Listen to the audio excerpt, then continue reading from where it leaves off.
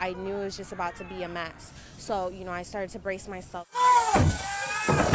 It felt like my whole body was on fire. Earlier this month, USF senior May Abelard and recent grad Imani Okwosa led a march through downtown Tampa. They wanted to stop traffic on I-275 for 8 minutes and 46 seconds in memory of George Floyd. As the group marches closer to the on-ramp, Tampa police officers on bikes block their path. As officers arrest a teen girl, several protesters surround them, some filming the incident, including May. Her video shows an officer spraying her directly in the face. Imadi, who's currently facing charges for inciting a riot during this incident, says he got caught in the crossfire. I washed my hands in the morning after I had already taken a shower, and I touched my face, and as soon as I did that, I was burning again. I couldn't even wash my own hair. I had 2 individuals helping me wash my hair where they had gloves on, because if they touched my hair, then they would start burning too. For me, I think that's inhumane that, I should have to burn for that long. Police using tear gas on protesters has sparked nationwide debate. In the 1990s, the Geneva Convention banned chemical weapons from war.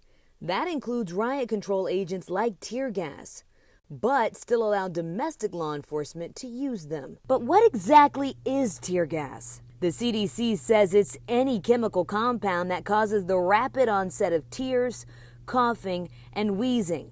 Tear gas per se is kind of an all-encompassing title. Jeff Swartz specializes in criminal law and procedure at Cooley Law School. That type of crowd dispersal effort really shouldn't be used against peaceful protesters until it is absolutely and totally necessary. But that's exactly what we saw in our nation's capital on June 1st, breaking up a peaceful demonstration to clear a pathway for a photo op of President Trump. The I-Team wanted to know which local law enforcement uses tear gas and how much of your tax dollars are being spent on these types of chemical irritants. I reached out to 20 law enforcement agencies all across Tampa Bay. These 9 local agencies have spent more than $140,000 on tear gas since last July. Most reported buying pepper spray. Largo PD plus Manatee and Sarasota counties also say they purchased CS gas, a more potent chemical compound.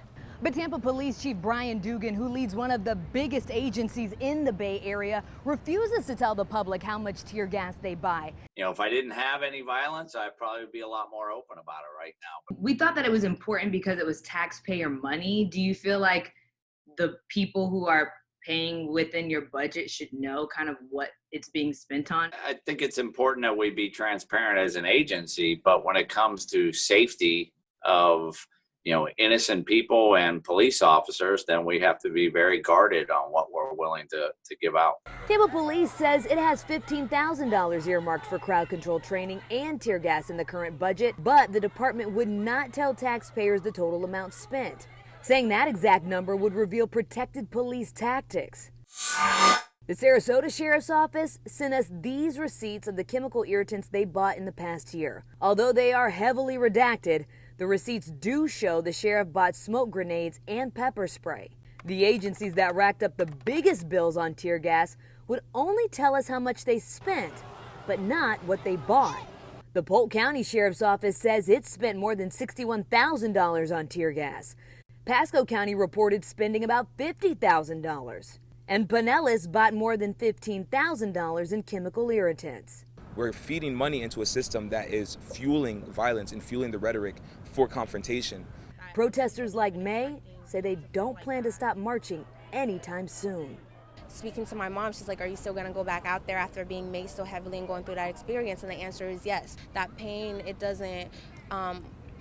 not as much as the pain we feel for when Black lives are taken too soon. Out of the 20 agencies we contacted, only 2 told us they didn't buy tear gas. That's Newport Richey and Venice Police Departments. If you want to know exactly how your tax dollars are being spent by your local agency, just head on over to abcactionnews.com. I'm Jasmine Stiles, ABC Action News.